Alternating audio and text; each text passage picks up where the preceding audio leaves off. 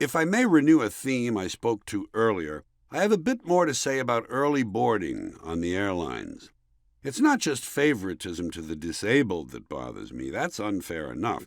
But immediately after the various cripples, limpers, and wheelchair jockeys have been unfairly allowed to board early, the airline then has the nerve to allow people with children to get on the plane, once again at the expense of the rest of us.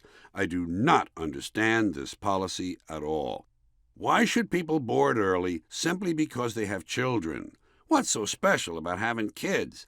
After all, a lot of kids are accidents. Many people wind up with children simply because they're unlucky. Is that something we should be rewarding? I don't think being careless in bed should qualify someone for special treatment on an airplane. And by the way, as with the devious methods of the cane and crutch crowd mentioned earlier, I think there are some couples who bring their kids along on a trip solely for the purpose of early boarding. What other reason would you have for including kids on a trip? Enjoyment? Hardly.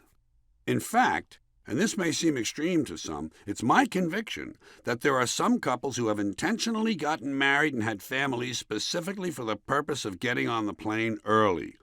I know it sounds unlikely to you, but don't forget, these are cold, pragmatic, striving, yuppie boomers, unsentimental people who largely regard children as props and commodities anyway. Honey, let's have a kid so we can board planes early. Great idea, Scott. You start making a list of preschools and I'll get the lubricating jelly. Believe me, it happens more than you may think. So during this pre-flight, pre-boarding fiasco, after the crippled and the maimed have been safely strapped in, the airline people tell us they will now pre-board passengers traveling with small children. Well, that's fine as far as it goes, but what about passengers traveling with large children? Suppose you have a 6-month-old son with a growth hormone disorder, one of those 7-foot infants with oversized heads that you see in the National Enquirer. Actually, with a kid like that, I think you'd be better off checking him in at the curb, don't you? He'd probably enjoy it in the luggage compartment. It's dark in there. I would imagine he's used to that. But I digress. Forgive me for indulging my weakness for flights of colorful narration. Back to the real problem, people with children on airplanes. Here's how you solve this. You make the following announcement.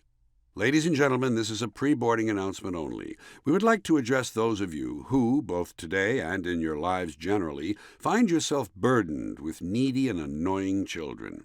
We sympathize with you, but as long as you've decided to drag them along with you to Pittsburgh, we wish to minimize the inconvenience of their presence to the rest of us. Here is what is going to happen. First of all, you're getting on last, if there's room. Before that, we're going to board the full-grown humans and allow them to settle in, get comfortable, and have a drink or two. You may be standing out here for an hour or more. Then, you and your children will be swiftly escorted onto the aircraft and placed in a special soundproof walled-off area in the rear of the plane. There will be standing room only. For safety purposes, you will be tethered to one another and secured to the wall with leashes and straps. More than likely, there will not be any food left for you, but your children will be allowed to scavenge the trays of those passengers who did not finish their meals.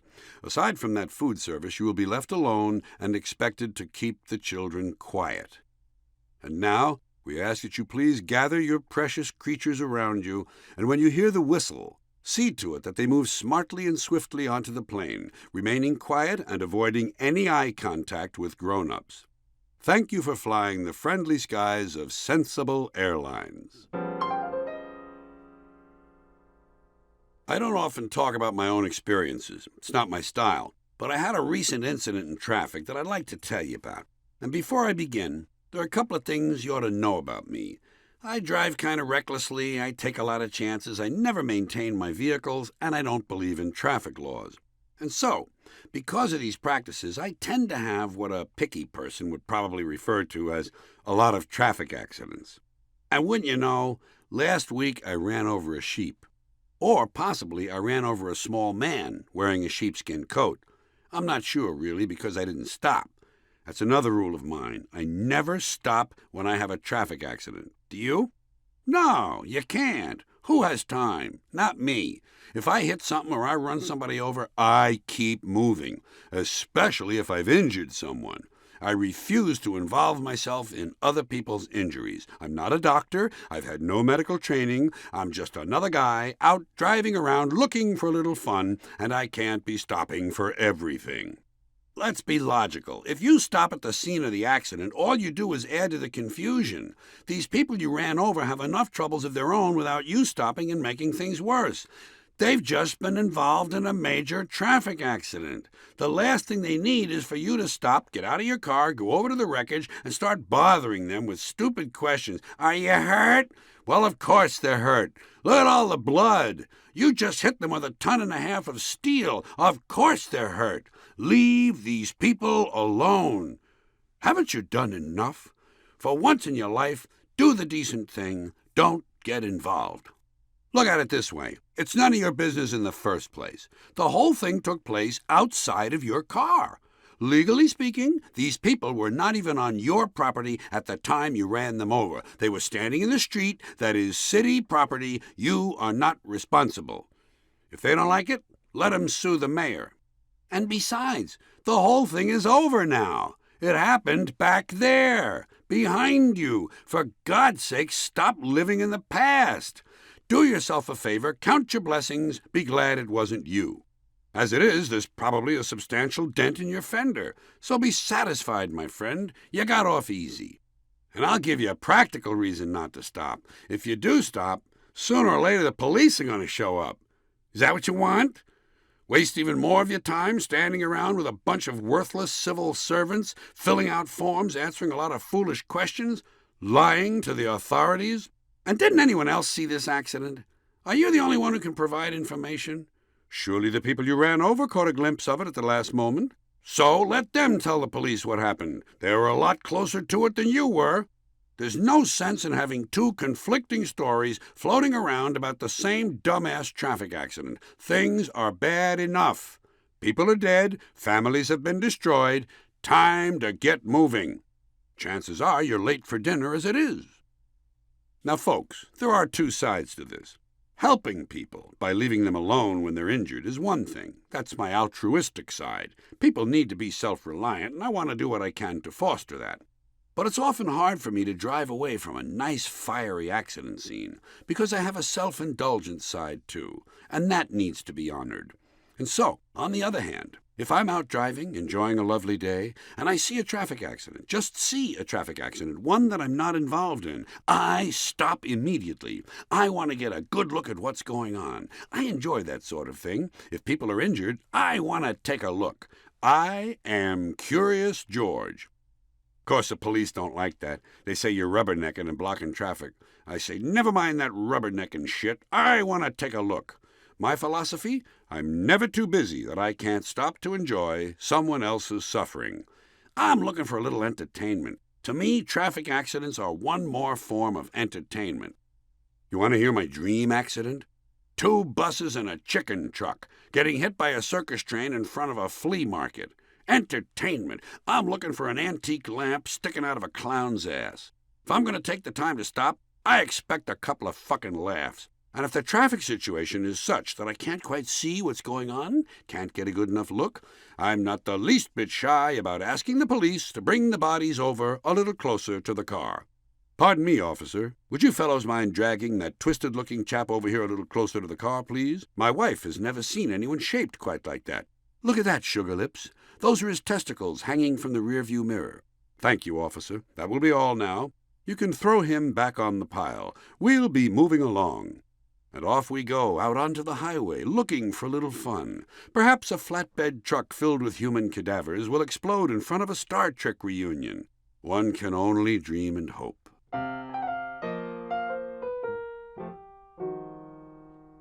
Here is a letter I received in the mail recently. Dear friend, your name has been provided to us because we have discovered that in spite of America's recent economic problems, you may still have a few dollars tucked away that you're saving for a future financial emergency. Well, that emergency is here. We're hoping you will be sympathetic to our effort and express it with your generosity. Stated quite simply, we're raising money to help the rich and powerful. These hard-driving people continue to require large amounts of money, and most of them are far too busy to attend to this sort of direct appeal for themselves, so we are here to help. The rich and powerful need your financial support in order to increase their wealth and power so they can exercise even greater influence over national events and, of course, over your lives. Remember, these people are small in number and therefore inadequately represented in our system of proportional government. They consequently lack influence and suffer the fate of many minorities, that is, being ignored by the very government they have helped elect. It is for these reasons they have decided to band together to better present their ideas and especially to expand their influence with elected officials. But first, they need your help. They need money. In the first stage, your money is needed for basics: stationery, office supplies, postage, phones, and rent, first month, last month, security deposit. The rich and powerful need to set up a headquarters so they can start really raising money in order to live properly.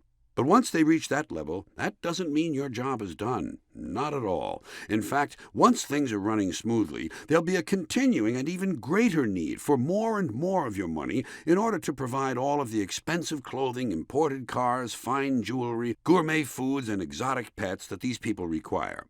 That's when your dollars will really count, helping provide the lifestyle to which the rich and powerful are not only accustomed, but entitled. In addition to these considerable personal expenses, there will of course be a need for large amounts of money to persuade and influence the many politicians and government officials who, after all, have financial obligations of their own. Most of these dedicated public servants are underpaid and must find ways of supplementing their income without taking time off from work. Your money, funneled through the rich and powerful, can go a long way toward solving their financial problems, and you will have the satisfaction of knowing you have helped advance the selfless agenda the rich and powerful have laid out in their effort to improve our country. Can we count on you? Will you help? Will you give yourself the opportunity to say you helped the rich and powerful when they really needed it? Do it now. Do it for yourself and do it for your children. Sit down and write out a check for a substantial amount, even more than you can afford. Make it payable to the Fund for the Rich and Powerful. You'll take satisfaction knowing you've done your part. And you'll be secure in the knowledge that whenever you have a problem, the rich and powerful will always be there to help. Sincerely, Estabrook Winslow, somewhere offshore.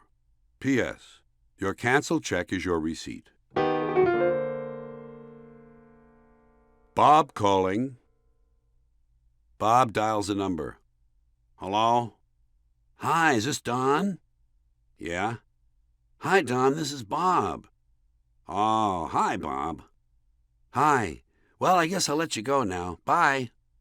Okay, bye. Bob dials again. Hello? Hi, is this Carl? Yes? This is Bob. Oh, hi, Bob. Hi. Well, you're probably a busy guy. I'll let you go. Bye. Bye. Bob dials again. Hello? Hello, Tom? Yes? Who's this? Bob. Hi, Bob. What's going on? Not much. How about you? Same old, same old. Great. Well, I gotta go. I got a bunch of calls to make. Okay. Bye. Bob opens his phone book and makes a list of more people he wants to bond with. His phone rings. Hello? Hi, is this Bob? Yes. This is Steve. Oh, hi, Steve. How are you? Well, that's the reason I'm calling. Oh? Yes, I'm doing fine. So I thought I'd let you know that and maybe save you a call. Well, that's mighty thoughtful of you. Thanks. That's okay. Well, that's it. I guess we'll talk tomorrow. You got a deal. Bye. Bye. Bob scratches Steve's name from his list of calls and reaches for the receiver. So much still to do. Remember, kids, Mr. Policeman is your friend. Always cooperate with him. Mr. Policeman wants to help you, so you must help Mr. Policeman. Don't forget, if you refuse to cooperate, Mr. Policeman will beat you to death, especially if you're not white. I'm not a person who thinks he can have it all, but I certainly feel that with a bit of effort and guile, I should be able to have more than my share. You know, it would be fun To have a set of twins and name them Dumbo and Goofy, and then just sit back and see how their personalities develop. I bet they'd really enjoy going to school. I'd like to point out that during the 20th century, white, God-fearing, predominantly Christian Europe produced Lenin, Stalin, Franco, Hitler, and Mussolini. Next time you're in an elevator, blow your nose real loud into your bare hands and then ask someone if they have a Kleenex. Or blow your nose into a Kleenex, open it up and stare at the stuff and say, "Wow, look at this, it's all green and yellow." Then show it to the other people. I guarantee you won't pass many floors before you have the elevator all to yourself. I've never seen a homeless guy with a bottle of Gatorade. One great thing about getting old is that you can get out of all kinds of social obligations simply by saying you're too tired. You know who you have to admire? A Catholic hitman who blesses himself just before he strangles someone. I've noticed that a Jew will sometimes use a little paperclip to hold on his yarmulke. Shouldn't that be God's responsibility? I mean, you did your part, you put the thing on. Shouldn't it be God's job to keep it there? Or why don't Jews just wear larger yarmulkes that grip the head better? Maybe with an elastic strap that could go under the chin. By the way, I know a hip-hop Jew who wears his yarmulke backwards. It's hard to detect, but I think it looks great. Suppose you tried to fuck a woman who had 10 personalities, and 9 of them said okay, but one of them resisted and tried to fight you off. Would that still be rape? Where do we go from here? Who says we're here? Because of mad cow disease, they're now going to leave certain cow parts out of hamburger meat, including the skull. Well, I don't know about you folks, but I can't imagine enjoying a hamburger that doesn't have at least a hint of cow skull in it. I was looking in the mirror the other day and I realized I haven't changed much since I was in my 20s. The only difference is I look a whole lot older now. Here's a safety tip from the fire department. Kitchen grease fires can be quickly and safely extinguished by dousing them with a mixture of benzene and lighter fluid. Apply quickly and stand clear. True fact. More children in the United States are molested each year than wear braces. I'd like to know the suicide rate among people who call into radio psychologists and actually follow the advice they get. I have no regrets in life, although I am kind of sorry I never got to beat a man to death while wearing a tuxedo. There's a message window that comes up on my computer screen whenever I type in a command the computer doesn't like. It says, "Fuck you, I don't do that." When people use the phrase "call it quits," why do they use the plural? It would make more sense to say, "I'm going to call it quit." I recently witnessed something I'll never forget, an eclipse of the Earth. But because it was an eclipse of the Earth, there was no place to look. So I looked at the Earth, and as I did, the Earth got very dark. But the period of darkness was brief because of how close we are to the Earth. Remember, kids, never look directly at an eclipse. Always get someone else to tell you about it. The National Rifle Association reminds its members never fire a gun at your own body unless you're trying to seriously injure yourself. As part of those displays that honor rock stars in the Rock and Roll Hall of Fame, I think they should show the amount of money each artist spent on drugs year by year. Also, it wouldn't be a bad idea to list which drugs the artists were taking while recording particular songs and albums, just so we'd all know. True fact. In 1733, the Russian army had a treatment for soldiers who suffered severe homesickness. At the first sign of the condition, they buried the soldier alive. That's good. I like people who go right to the heart of a problem.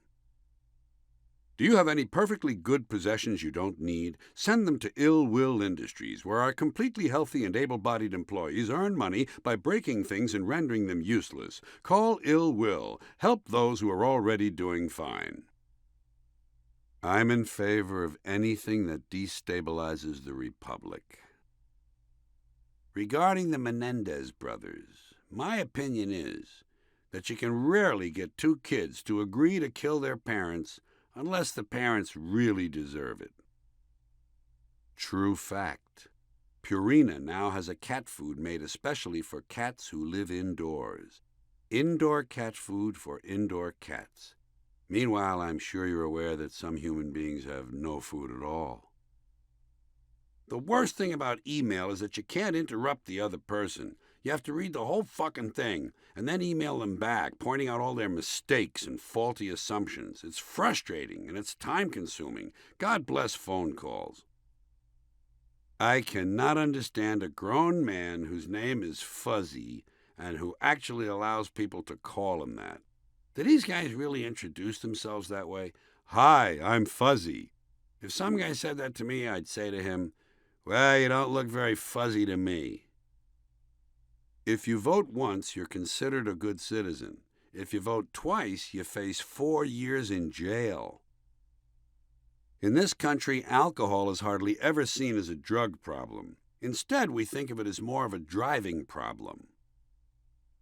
Life is simple. Your happiness will be based completely on luck and genetics.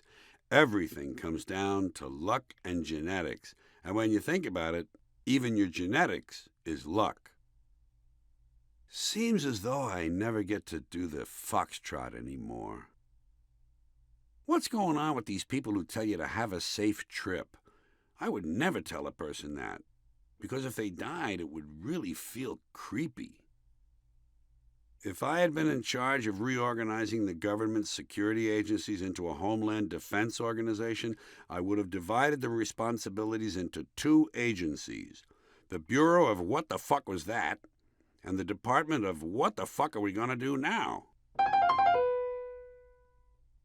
Don't you get tired of this simple-minded Laura Bush nonsense about children reading, or reading to children, or teaching children to read, or reading to children about teaching, or whatever the fuck it is? What is it with these Bush women? His mother, the big silver douchebag, was into the same sort of nonsense. These women should not be encouraging children to read. They should be encouraging children to question what they read.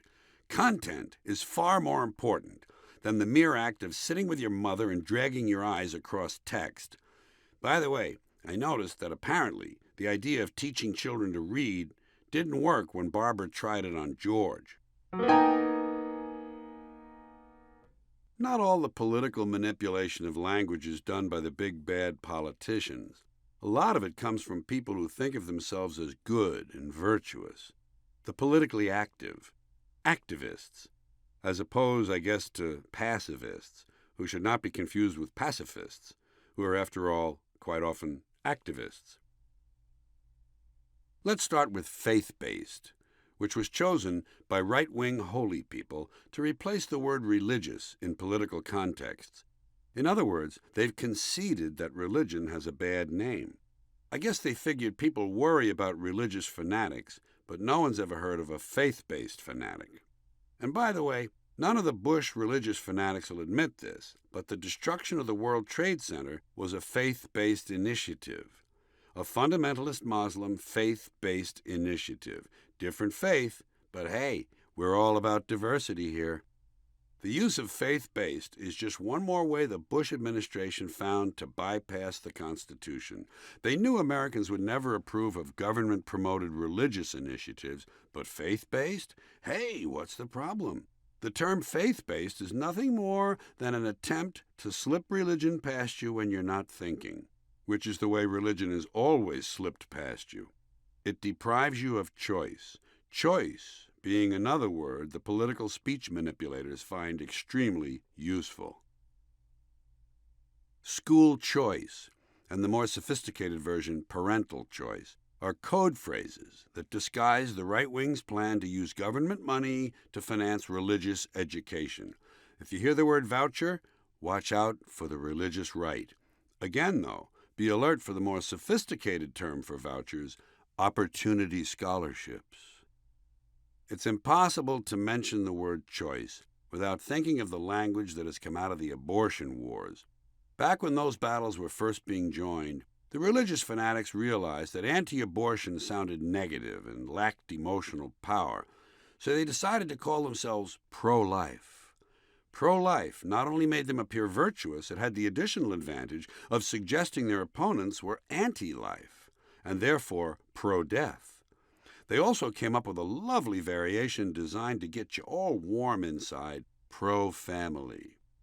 Well, the left wing didn't want to be seen as either anti-life or pro-death, and they knew pro-abortion wasn't what they needed, so they decided on pro-choice.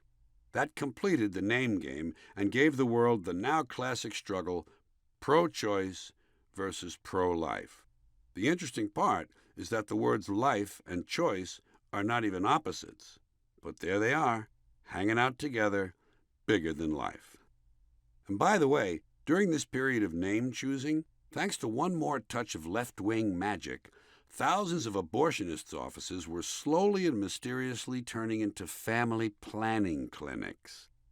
And on the subject of those places, I think the left really ought to do something about this needlessly emotional phrase, back alley abortions.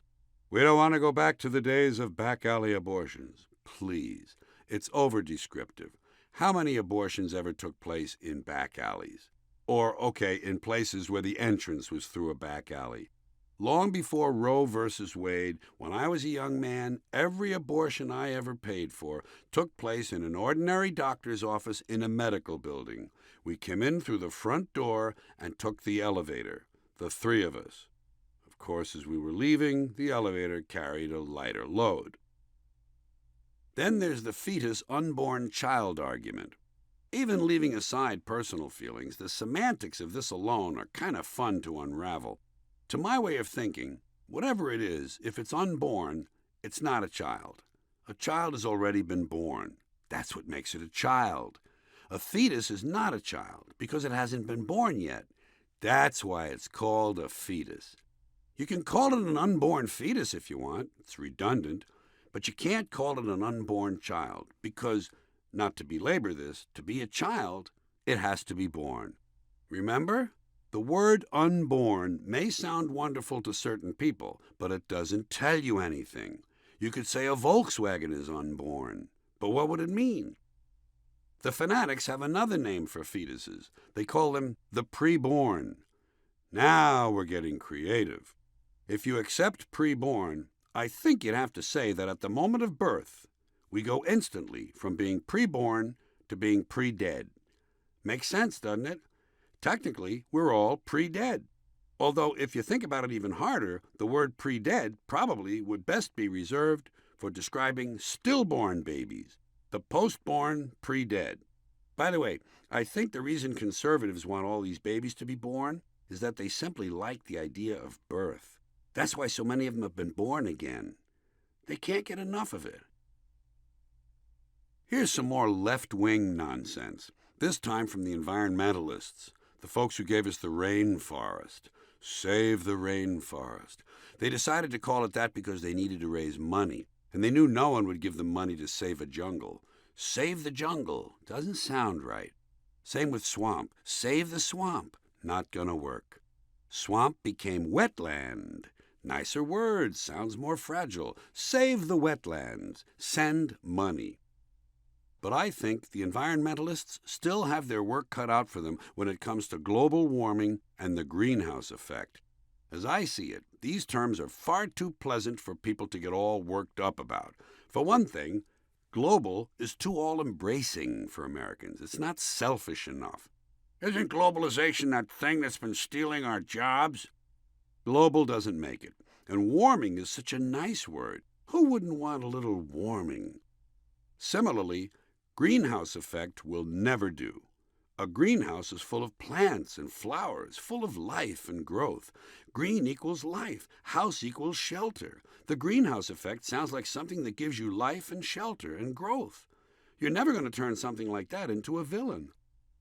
And the environmentalists have another language problem, this one concerning nuclear energy. Meltdowns. They like to warn us about meltdowns. But a meltdown sounds like fun, doesn't it? Sounds like some kind of cheese sandwich. Would you like some fries with that meltdown? Here's some more of the distorted language of political persuasion. Conservatives oppose gun control. Liberals know control is a negative word, so they call it gun safety. That's about what you'd expect, but it's hard to find words to describe the following distortion. Some of the pro-gun people are referring to gun control as victim disarmament. Isn't that stunning? Victim disarmament. It takes your breath away, like a gun. Liberals call it affirmative action. Conservatives are less positive. They refer to government-mandated quotas, racial preferences, and unfair set-asides. Rich Republicans want to keep their money in the family, and so the Republican Party began to call the inheritance tax, a pro-tax term, the estate tax, a neutral term, which they later changed to the death tax, an anti-tax term. When liberals talk about spending, they call it investing or funding. Funding means spending money. We need to do more to fund education. On the other side of the ledger, when Republicans need to raise taxes, they call it revenue enhancement. The energy criminals now refer to oil drilling as oil exploration. Instead of Mobil and Exxon, they'd rather you picture Lewis and Clark.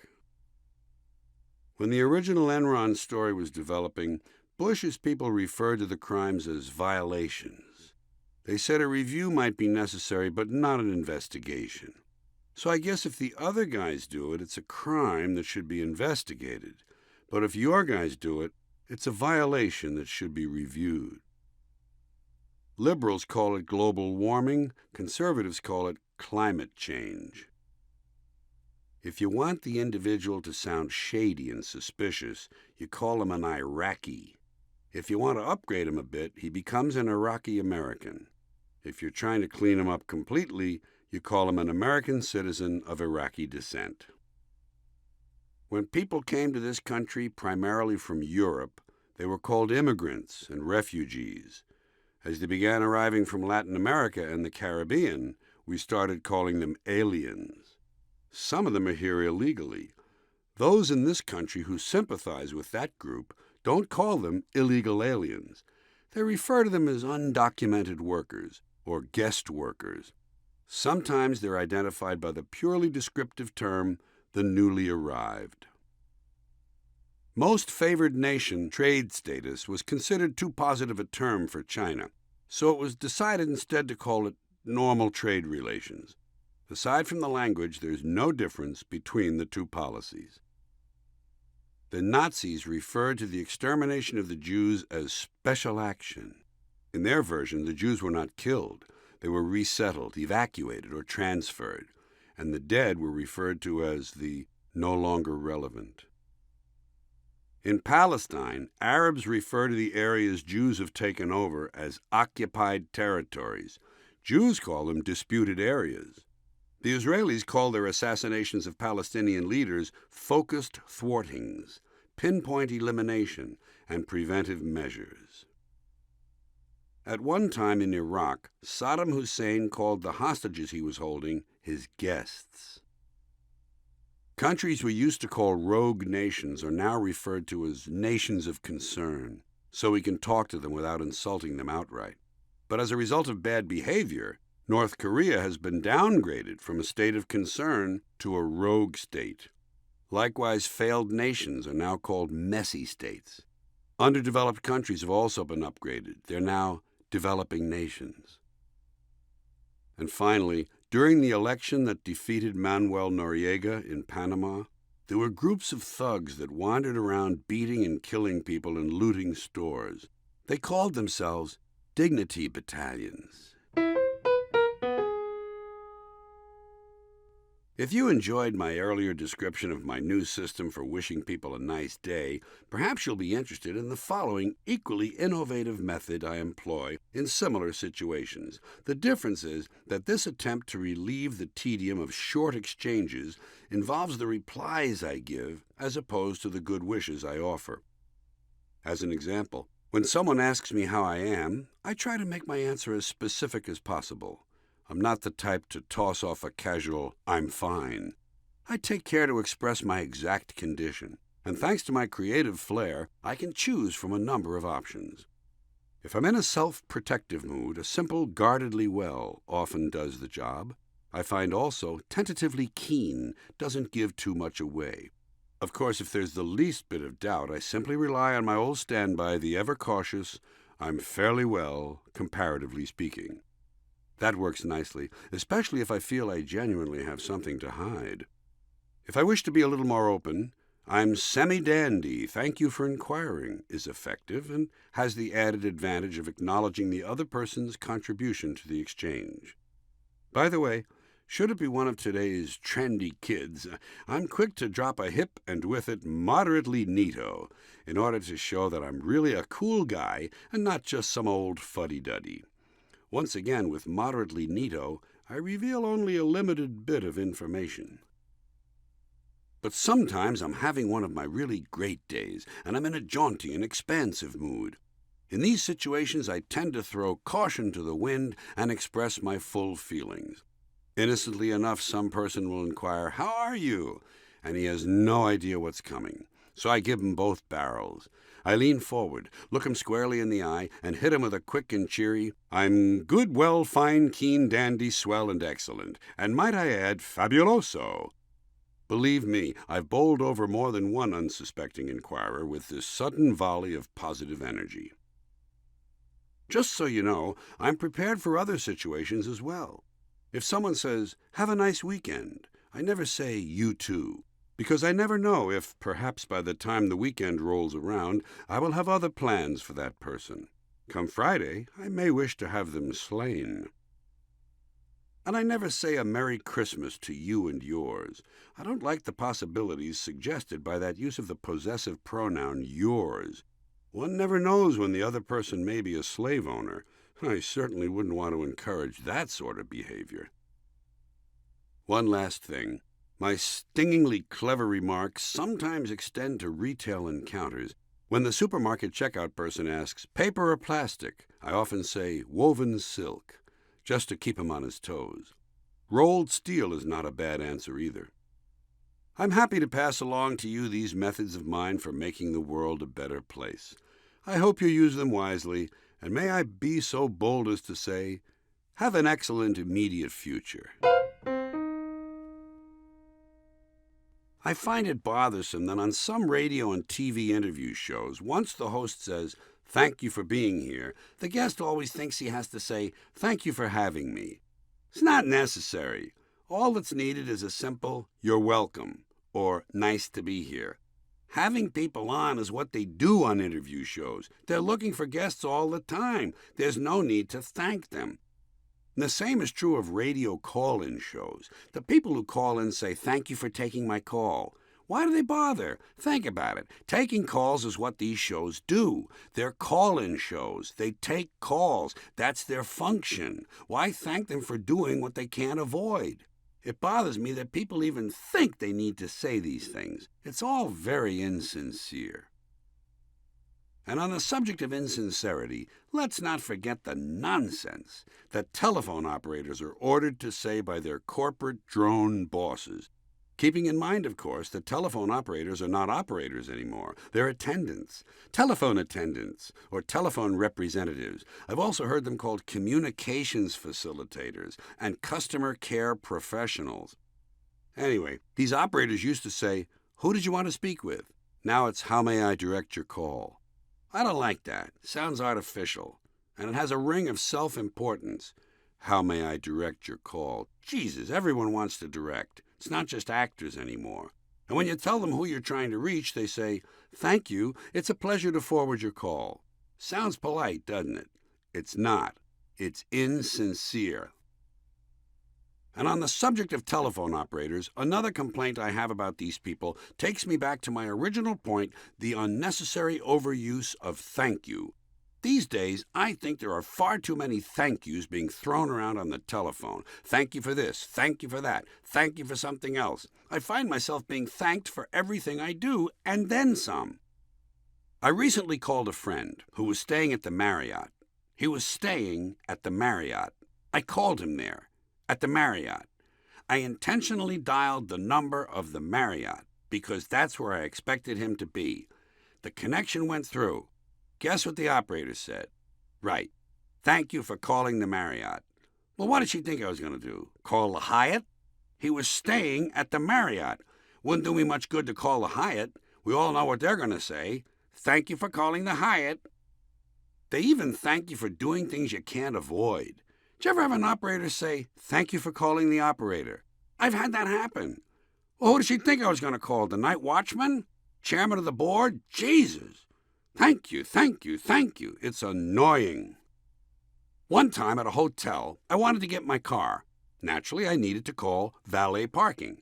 I noticed a little plastic card next to my telephone. It said press 9 for valet parking.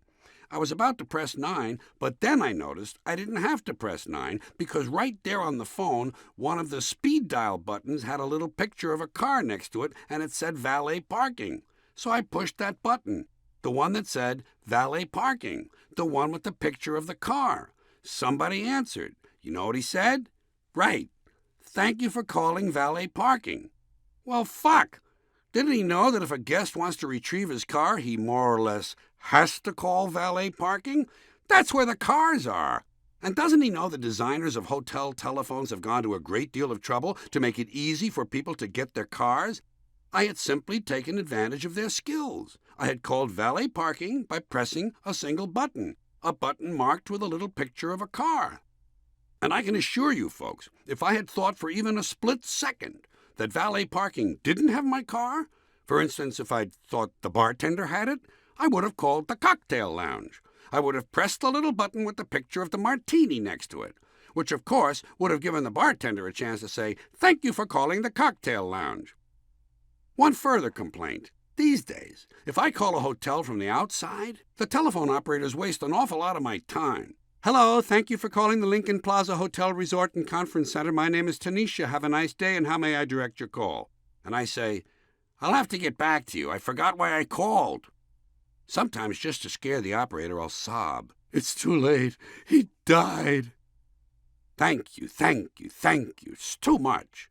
Occasionally, a recording will thank me. Thank you for using AT&T. How can this be? Isn't gratitude a personal feeling? Recording devices don't have personal feelings. Do they? No, but I do.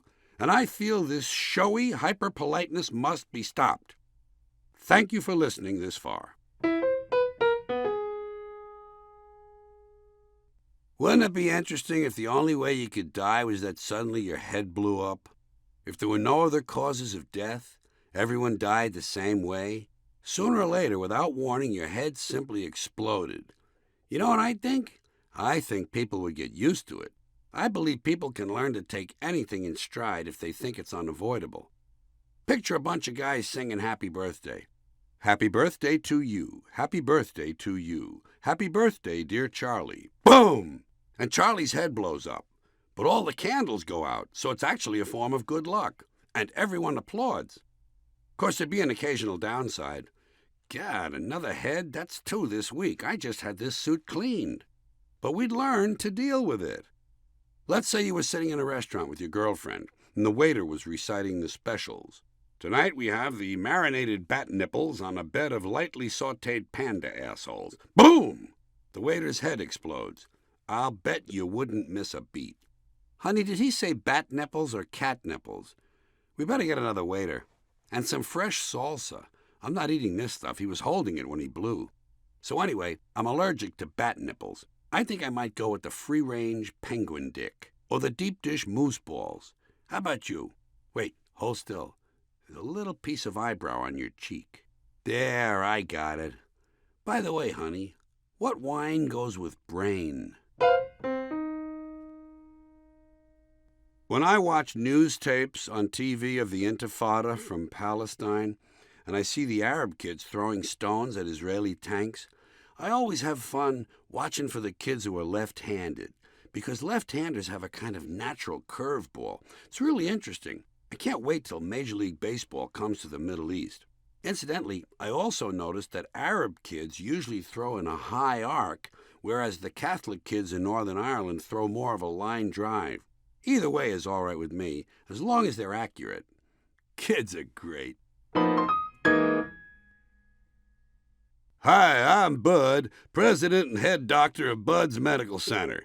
Come on into Bud's. This weekend we're having a special on head injuries. Any sort of head injury you got, from a black eye to a completely caved-in skull, just $1.50 this weekend at Bud's Medical Center. We'll also give a free estimate to anyone who's bleeding.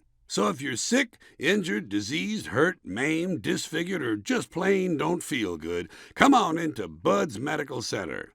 Bud's, where all the sick people go. Wouldn't it be weird if they just buried you alive when you got to be 65?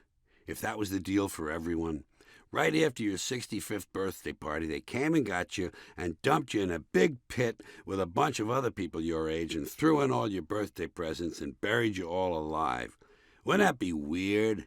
Jesus, I'm glad they don't do that. That would be weird. But sooner or later, we'll have to do something like that. We'll have to. We can't take care of old people as it is, and there are going to be millions more of them. Good early medical care is a mixed blessing. It leads to too many old people. What are you going to do with them? No one wants to take care of them. Their children put them in homes. Even the people whose job it is to take care of them in the homes don't give a shit. They abuse them. No one cares. It's my belief that sooner or later we're going to have to start killing old people before they become a burden. One good thing, though, we'll save a lot of money on Social Security, and maybe the country won't go broke. There's always a bright side.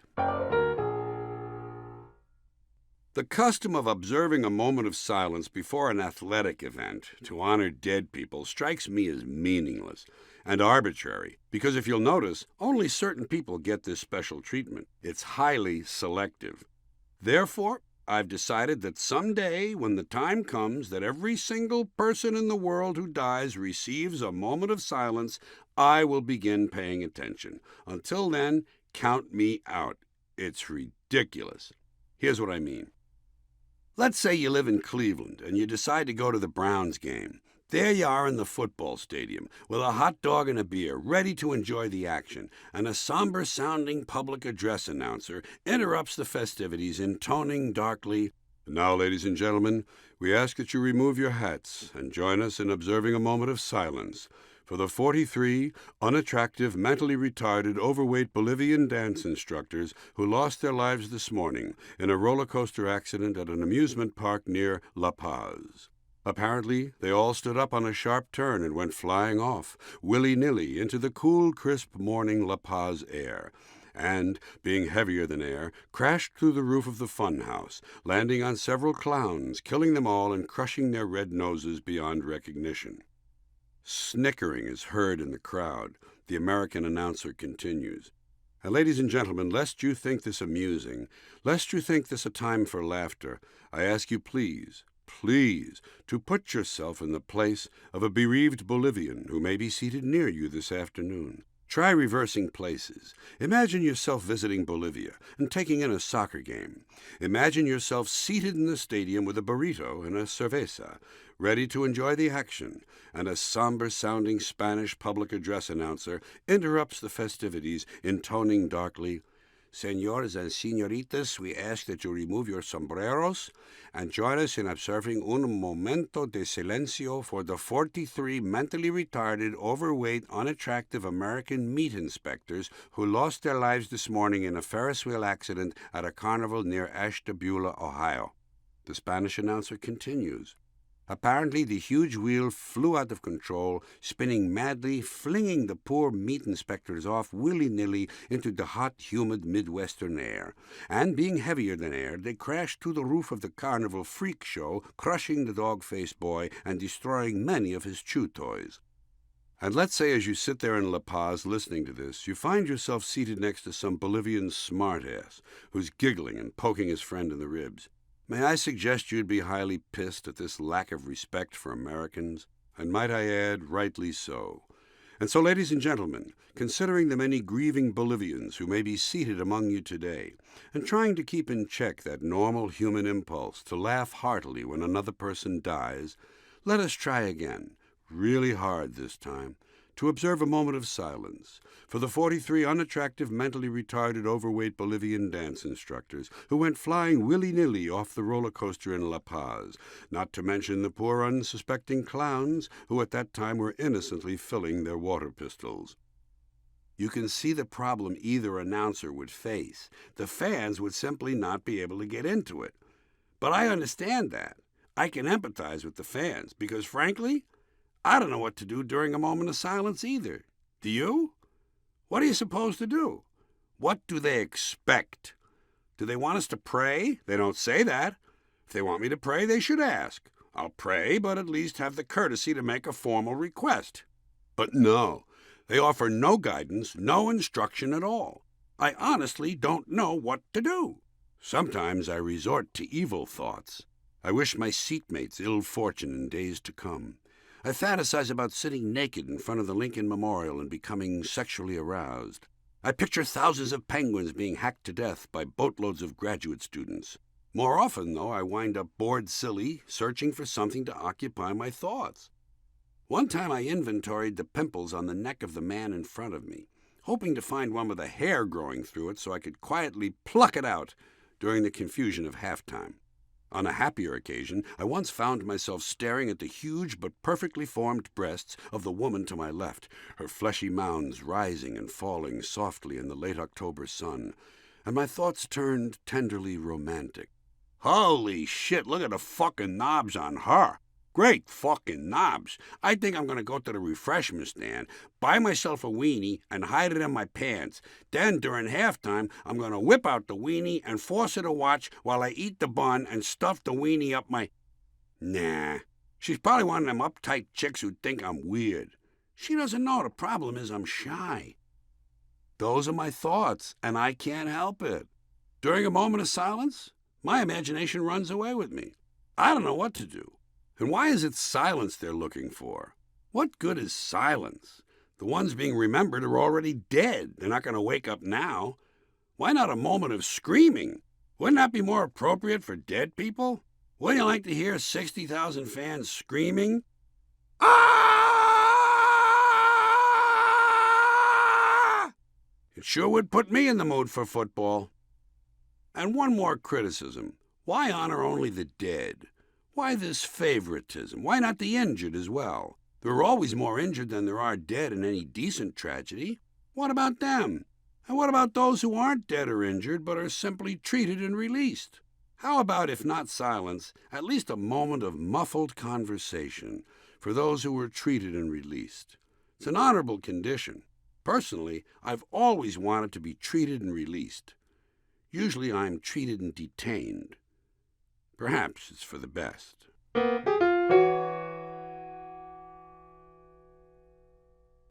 Concerning this whole terrorism thing, there are some misnomers at large.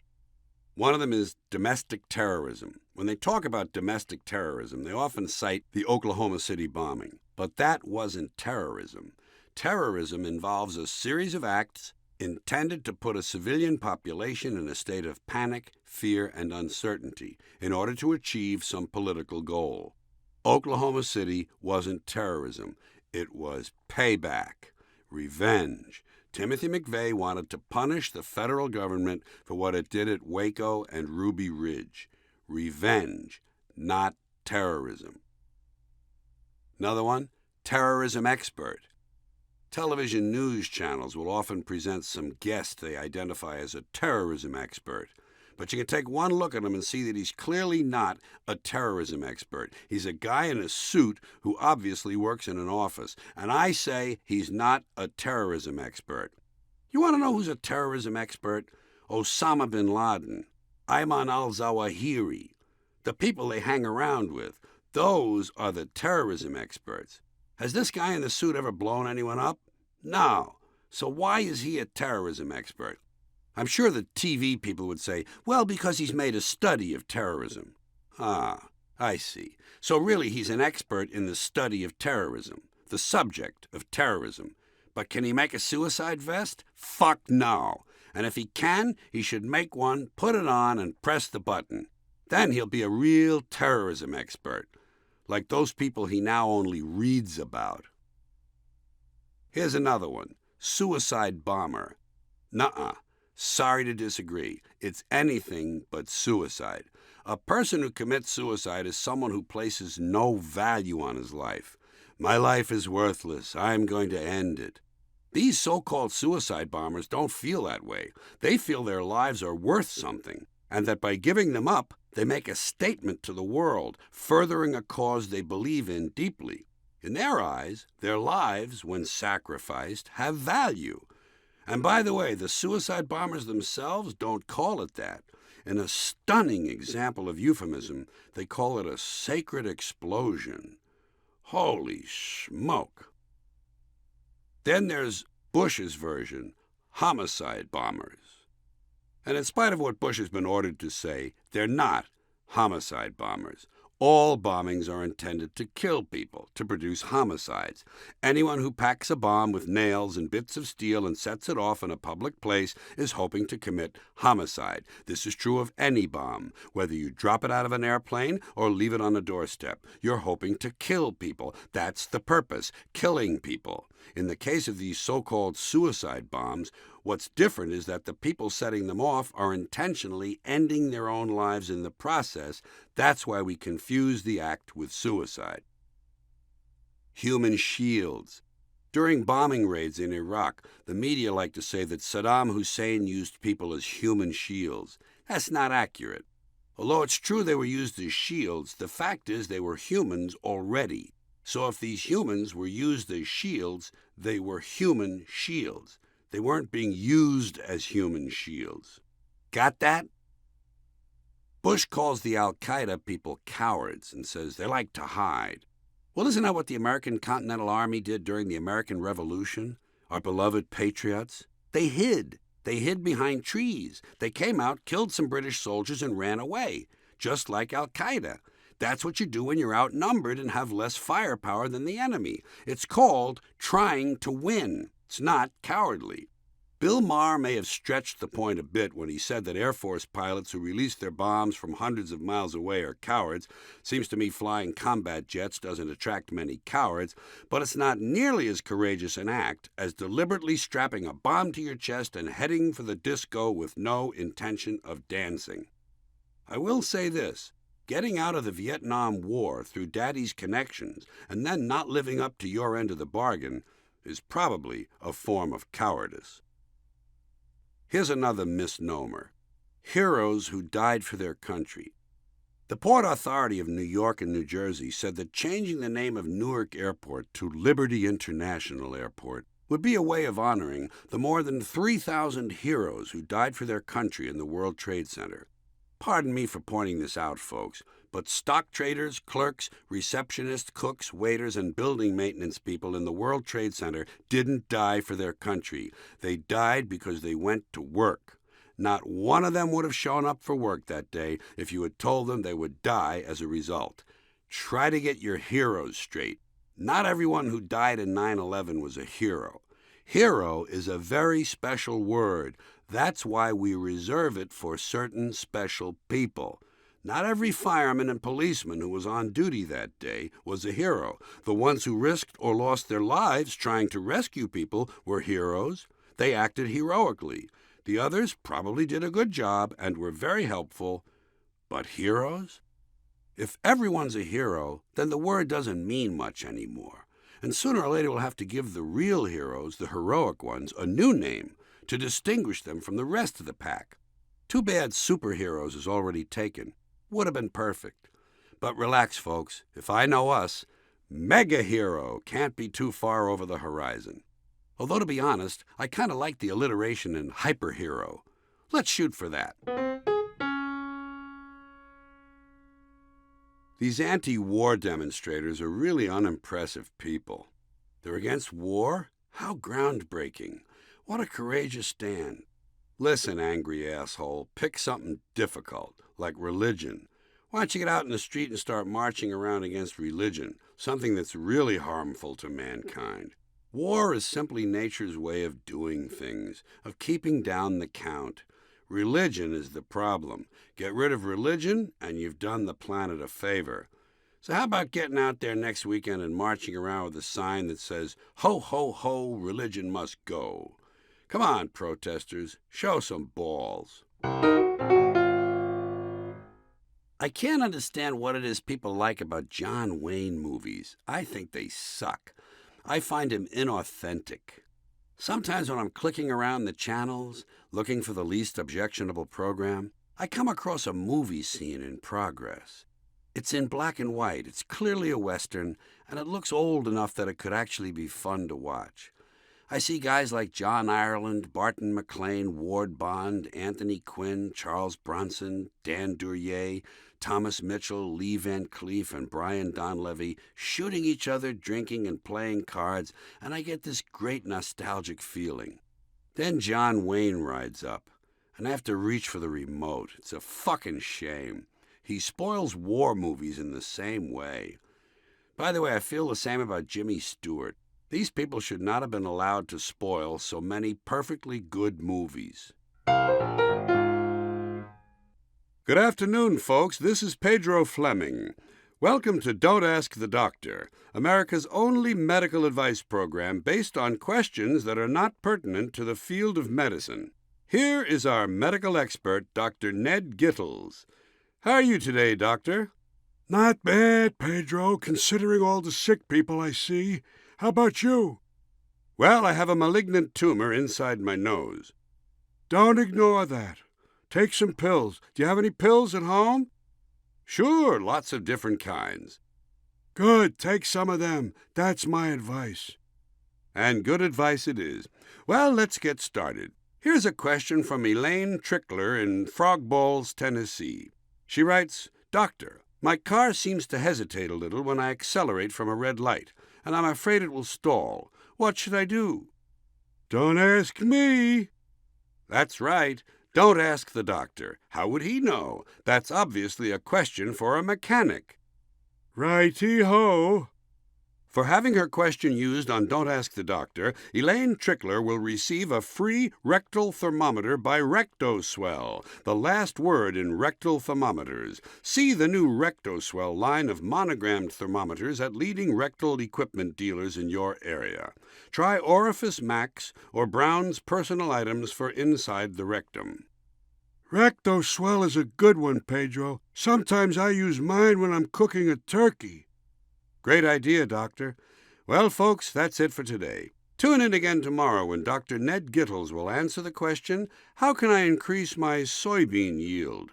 on America's favorite medical advice program, Don't Ask the Doctor. Stay tuned for Video Magazine as beauty expert Mavis Davis shows a young albino girl how to keep her hair from turning prematurely brown. You're tuned to Elaine and Joe's Radio Network. I object to the use of usage when it's used in place of use. There's nothing wrong with using use. It's been in use a long time, and I'm used to it. It isn't that usage isn't useful. I simply have no use for its current usage. The use of usage should be consistent with good usage. I'd prefer to say my use of the Internet rather than my usage. If I meant it collectively, I might say American usage of the Internet. But so far, I haven't meant that.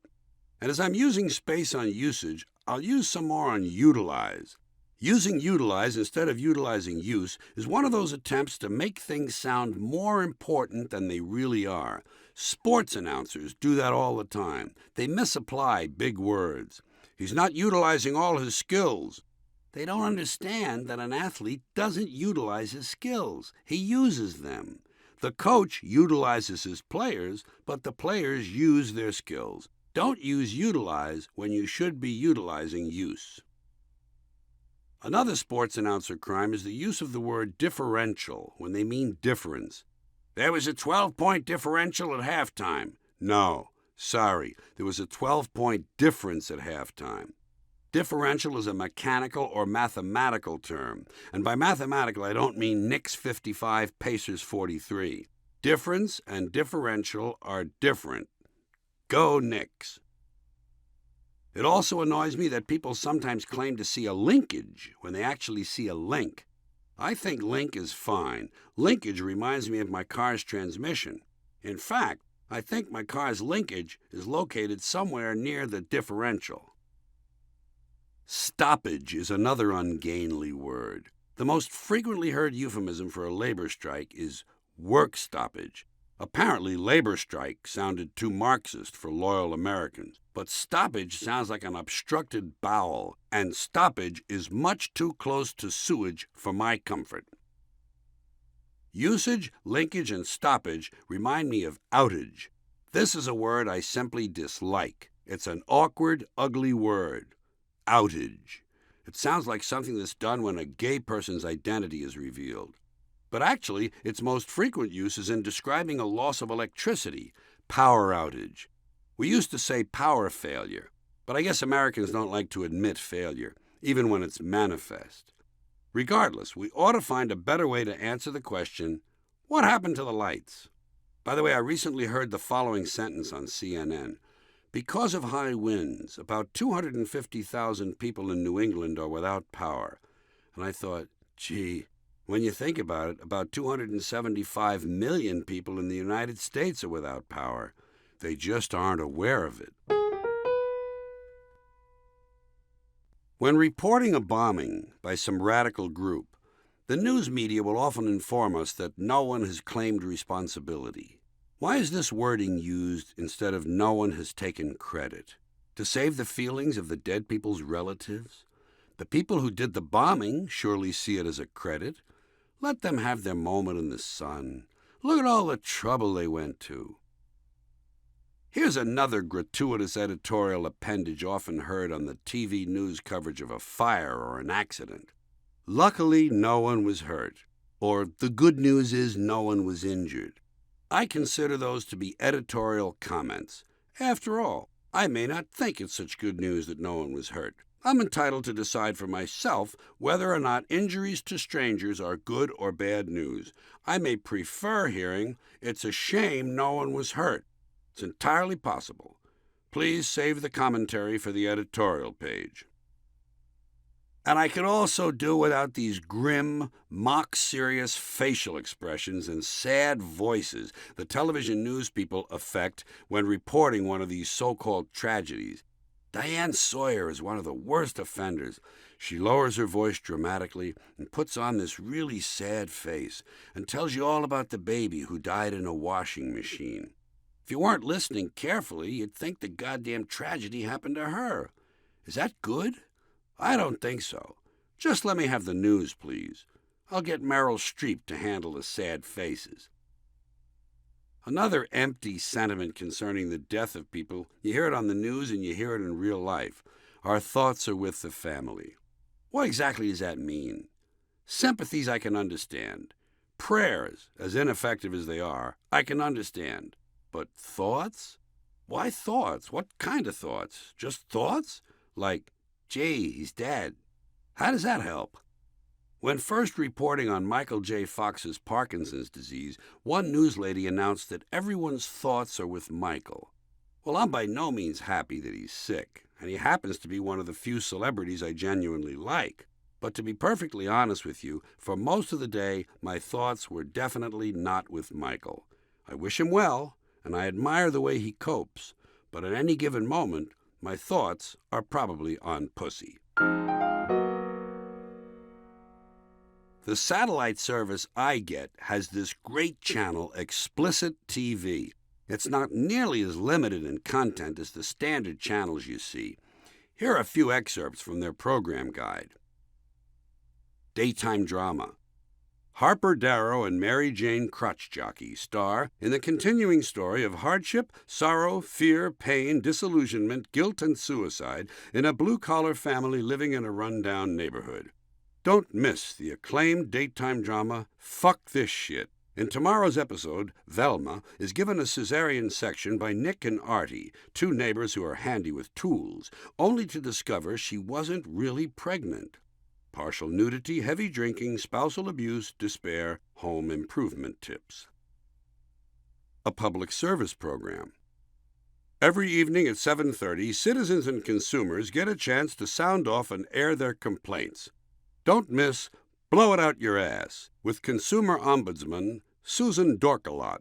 If you have a complaint to register, be sure you call in, talk to Susan, explain your grievances and complaints, and then listen carefully as she bellows, "Blow it out your ass!" Con games, larceny, gullibility, anger, hostility. Financial news. Every evening at 6 o'clock, catch the Wall Street Buzz on Money Talks, Shit Walks. Tonight, Ron Insana interviews Windfall Profits III, one more worthless cocksucker who makes his living on Wall Street. Don't be left behind in the fast-changing world of business and finance. Keep up to date by watching Money Talks, Shit Walks, brought to you by Pennington Craymore, Wall Street scumbag since 1869. Greed, envy, arrogance, predatory males. Old-time comedy favorites. Comedy rules the house on Wednesday night with 4 of your all-time favorites in a row. First, on Mork and Mindy, Mork is caught performing cunnilingus on a gumball machine. The fun begins and the gumballs fly when Mindy tries to work Mork's tongue loose, gets sexually aroused, and has her first quintuple orgasm. Gum chewing, moaning, Lord's name taken in vain. Then, on All in the Family, Archie Bunker kills a nigger, blames it on a spick and 2 chinks, and hires a yid lawyer to bribe the judge. Don't miss the laughs as 2 guineas beat the shit out of Archie just for the fun of it. Meanwhile, police arrest Michael for pimping out Gloria to Louise Jefferson for a mixed-race dyke gangbang in the back of George's dry cleaners. Racism, bigotry, vaginal bruising. After that, on I Love Lucy, Ricky pays Ethel $20 for a quick hand job in the broom closet, but things really get hilarious when Fred is caught placing a kosher knockwurst in Lucy's asshole. Things get worse when Ricky's nightclub show is canceled as 12 members of the band come down with anal warts and have to play standing up. Nudity, sex, sphincter jokes, bogus Latin music. Our quartet of madcap sitcoms continues with Leave It to Beaver, as Beaver and Wally fall out of a maple tree while masturbating each other. Imagine everyone's surprise when they land smack on top of a flustered June Cleaver who is giving Eddie Haskell a blowjob under the tree. Pee-pee jokes. Frontier nostalgia. Next week, back-to-back on Nostalgia Theater, you'll see 2 of America's favorite episodes of Little House on the Prairie. First, the 1975 Christmas show, A Douchebag for Clara. Little Clara comes of age and asks Santa for her own douchebag. At first it looks like a disaster when, out of inexperience, she sticks it in the wrong hole. But Luke, the disturbed neighbor boy, saves the day when he distracts everyone by removing his dog's vital organs with a stick. Clara later learns to douche properly after several long sessions with old Doc Flathammer. Then you'll see just about everyone's favorite Little House on the Prairie, the hilarious Missy Takes a Dump in the Woods, as our young heroine answers nature's call while wearing high heels and a long dress. Watch her as she tries to maneuver through bramble bushes and poison sumac. Then, too late, she finds out there's no toilet paper and has to wipe herself with several pine cones.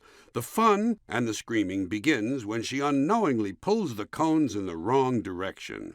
Partial nudity, douche lessons, unpleasant language. Dueling talk shows. Since last month Oprah had a special show, Women Who Fake Orgasms, this month, not to be outdone, Jerry Springer is presenting a nighttime special, Men Who Fake Bowel Movements. Graphic video, foul odors. In a special program, Dr. Phil welcomes famed psychic medium John Edwards to the show, and they try to contact dead whores. Then, in a special pre-taped segment, Dr. Phil cures a woman's fear of flying by throwing her out of an airplane. Limited intellects. Even more talk. 2 fascinating glimpses into the medical world as Montel Williams investigates doctors who intentionally give patients the sif, and Maury Povich interviews twins who eat each other's feces. Indigestion. Award-winning documentary maker Ken Burns continues his penetrating look at America's history as he takes on a 3-part study, The Great Cabbage Fart Panic of 1860. The disaster, which lasted an entire summer, took the lives of 3,500 people, mostly from lung diseases. The special sound effects heard required the services of over 300 Milwaukee men who were fed only beer and cabbage for 7 weeks. 14 stuntmen died during the recreations. Then, Friday at midnight, don't miss Willie Nelson's pay-per-view concert, Wankin' with Willie. Willie kicks off the festivities in great fashion as he gets right into one of his all-time bestsellers, Too Drunk to Jerk Off. Then he introduces his guest star, Loretta Lynn, who sings her big hit, Your Love Ran Down My Leg and Now You're Gone. Willie then joins her on stage and they warble a pair of romantic love songs, Kiss Me I'm Coming and You Blew My Mind, Now Blow Me. The pair's tandem segment concludes as Willie serenades Loretta with his special new arrangement of We Kissed and My Balls Exploded. Willie then takes the solo spotlight again with his familiar country lament, I Should Have Fucked Old What's-Her-Name. And what would a Willie Nelson show be without a good old cowboy song? This time he honors the late Roy Rogers and does an authentic Western ballad written by Roy called It's Midnight in Montana and I Can't Get My Dick Out of This Cow. Home movie footage of the original incident, taken by Roy's beloved wife Dale Evans, adds to the song's authenticity. His faithful horse Trigger is seen off to the side, brandishing a huge hard-on. The whole shebang then ends with more vintage video, this time from Willie's first special. Two of Willie's great buddies, Johnny Cash and Waylon Jennings, both now gone to that big corral in the sky, are seen with Willie as they all deliver a rousing version of that definitive honky-tonk anthem, drinking beer, taking a shit, and passing out. As the closing credits roll and his band plays God Bless America, Willie is seen smoking a big joint rolled in American flag paper.